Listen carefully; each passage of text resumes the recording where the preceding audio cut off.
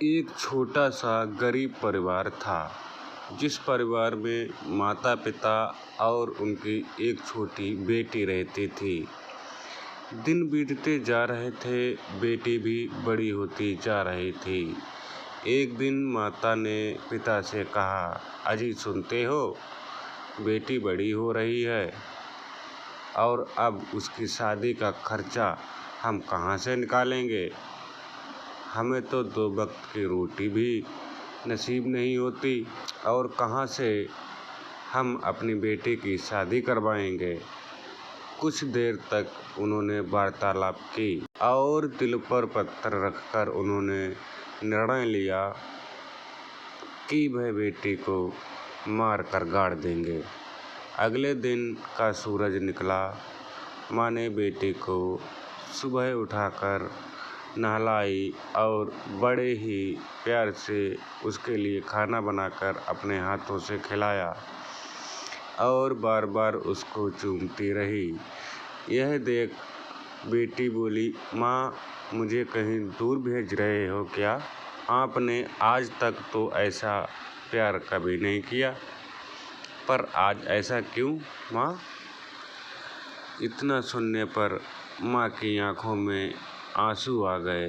थोड़ी ही देर में पिता दरवाजे से अंदर आए। उनके हाथों में कुल्हाड़ी और चाकू था। माँ ने दिल पर पत्थर रखकर बेटी को पिता के साथ जाने का आदेश दिया। पुत्री पिता के साथ जंगल की ओर निकल पड़ी। रास्ते में चलते चलते पिता के पैरों में कांटा लग गया। वह अचानक वहीं बैठ गए। यह देख पुत्री ने अपने दुपट्टे का एक हिस्सा फाड़कर पिता के पैरों में बांध दिया। फिर दोनों जंगल की ओर आगे बढ़े। कुछ देर में वह जंगल के पास जा पहुँचे। पिता ने अपनी बेटी से कहा, तुम जाकर वहाँ बैठ जाओ, और पिता गड्ढा खोदने शुरू कर दिया। बेटी सामने बैठे बैठे पिता को देख रही थी। थोड़ी देर बाद पिता को पसीना आने लगा तो बेटी पिता के पास जाकर बोली, पिताजी यह लीजिए मेरा दुपट्टा और अपने पसीना साफ कर लीजिए। पिता ने बेटी को धक्का देकर बोला, तू वहाँ जाकर चुपचाप बैठ जा। और कुछ समय बीतने के बाद पिता गड्ढा खोदते खोदते थक कर बैठ गए। यह देख बेटी को रहा नहीं गया और वह पिताजी के पास जाकर बोली, लाइए पिताजी, फावड़ा मुझे दे दीजिए, मैं गड्ढा खोद देती हूँ। मुझसे आपकी ये तकलीफ़ देखी नहीं जाती। यह सुनकर पिता की आंखों में आंसू आ गए।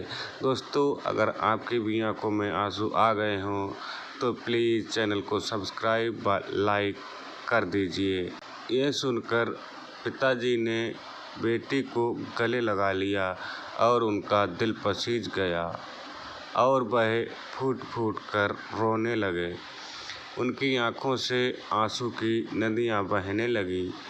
पिता बेटी से बोले, बेटी मुझे माफ़ कर दो, मैं यह गड्ढा तेरे लिए ही खोद रहा था और तू मेरी चिंता करती है।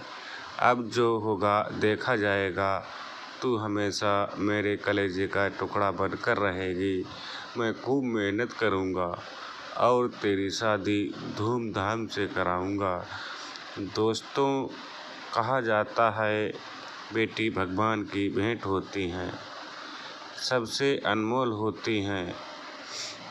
वो सभी लोग भाग्यशाली हैं, उनके घर बेटी का वास है। कहा जाता है